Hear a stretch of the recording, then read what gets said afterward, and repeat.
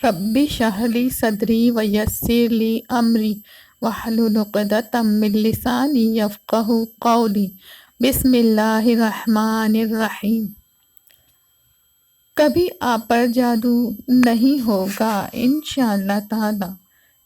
کسی شخص پر جادو کیا گیا ہو یا کسی کو جادو ہونے کا خوف ہو تو اول و آخر درود ابراہیم کے ساتھ 21 مرتبہ ان آیات کو پڑھ کر پانی پر دم کریں اور شہزادہ کو پلائیں۔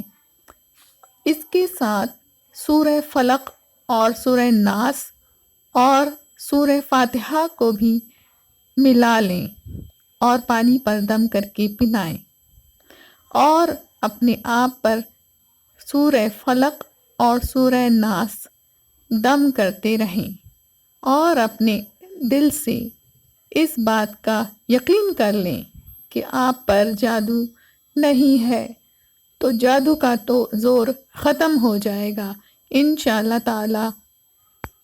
سخت سے سخت بیماری میں سورہ فاتحہ کو 21 مرتبہ پڑھ کر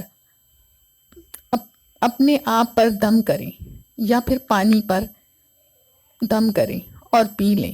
انشاءاللہ سخت سے سخت بیماری میں بھی اللہ تعالیٰ اس شخص کو شفا دیں گے۔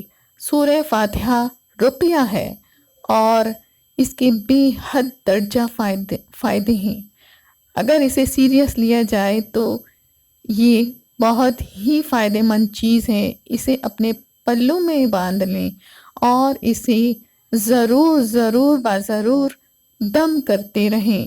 یہ ایک شفا یاب صورت ہے اور اسے ہر ایک کے اوپر دم کیا جا سکتا ہے، ہر بیماری پر دم کیا جا سکتا ہے۔ یہ ایک نہایت خزانہ ہے جو ہمیں ہمارے رب نے دیا ہے، اور اس سے فائدہ اٹھائیں۔ انشاءاللہ ہر بیماری ختم ہو جائے گی۔